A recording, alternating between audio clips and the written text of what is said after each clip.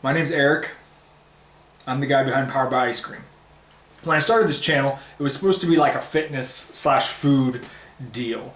And over time it became more about food and less about fitness. Reason being, first off, I don't really like the fitness industry, so I was trying to separate myself from that. The other reason being, I just haven't been able to do much. I have been diagnosed with, excuse the pronunciation, femoral acetabular impingement. Basically what this means is my hip hurts like a son of a bitch. I have to get surgery for it, and that happens in a couple days. So I figured I'd make a video series chronicling this process. Why would I go to all this trouble, you ask? Why film myself in these vulnerable situations and spill my guts to complete strangers on the internet? I'll put it to you this way. If all this work that I do and all this suffering I go through can help one person, if this video series reaches one person in the same spot I've been and helps them, it would have been worth it. Little background. A lot of people are going to jump to conclusions and say, oh man, powerlifting's so dangerous, that's how you hurt yourself.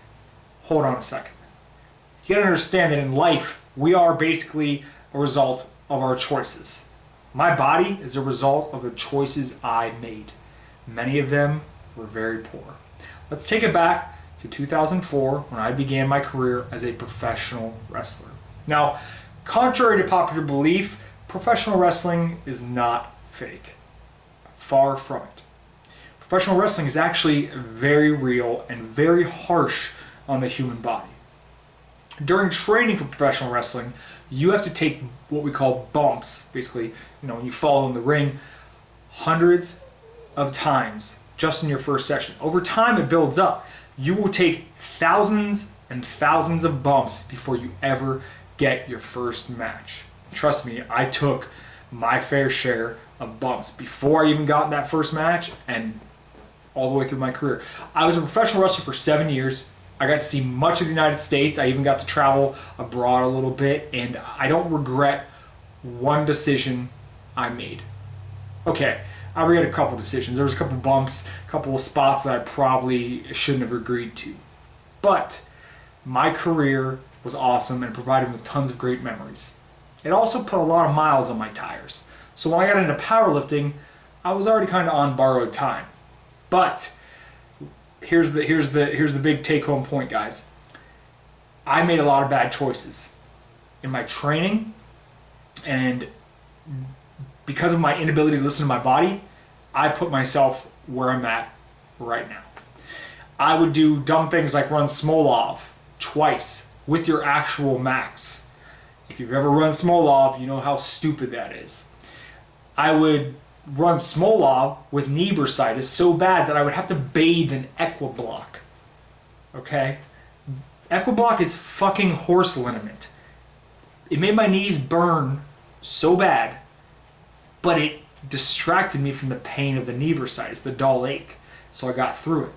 I spent 3 weeks of hell in that program, only to tweak my back while tapering, while deloading to test my max. I strained my erector. Never even got to test my max.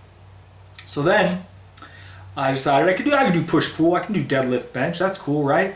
I tear my hamstring because I went right from a fatigued state after that 3 weeks of hell of Smolov, trying to deadlift heavy, bam, hamstring tear. Wasn't complete tear, thankfully, but it was enough to sideline me. 6 months of that lower body training, eventually I got platelet-rich plasma treatment, and it healed up faster than it would have otherwise. I'm happy about that. So I got back into powerlifting training, and I prepped for another meet. I was definitely not at full strength. My knees still bothered me, my left knee, and I got through it. I had some glute stuff going on, some hip stuff, and I sucked it up, and I grinded my way through it, and I did the meet, and I was happy about that. So I do the meet, and then I decide I'm going to deload a little bit and have some fun bodybuilding stuff. I tear a ligament in my shoulder benching like 185. It had already been kind of tweaked from a front squat, but it had gotten haywire on me. So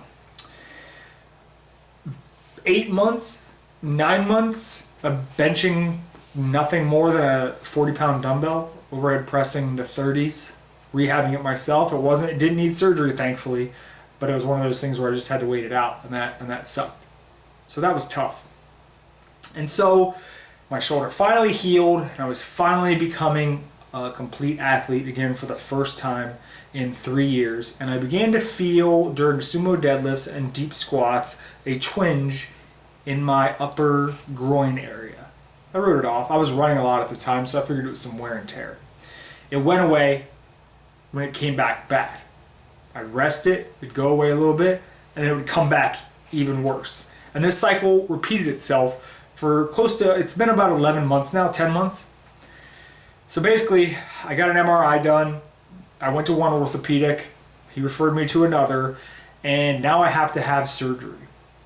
The issue with this arthroscopic surgery is that I won't know how bad it is until they get in there. And that's scary. So I'm going to keep this first video short and sweet. Hopefully it didn't run too long. Hopefully it didn't bore you. I want to give you a little bit of background.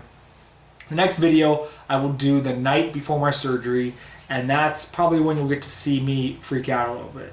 Hope you guys enjoyed this first entry. Don't worry, there'll still be lots of ice cream to watch. I'm not gonna stop doing that. But this is just another kind of side of me that I think will benefit some people. Thanks for watching. See you next time. Oh yeah. Hey. Eat ice cream. Every day.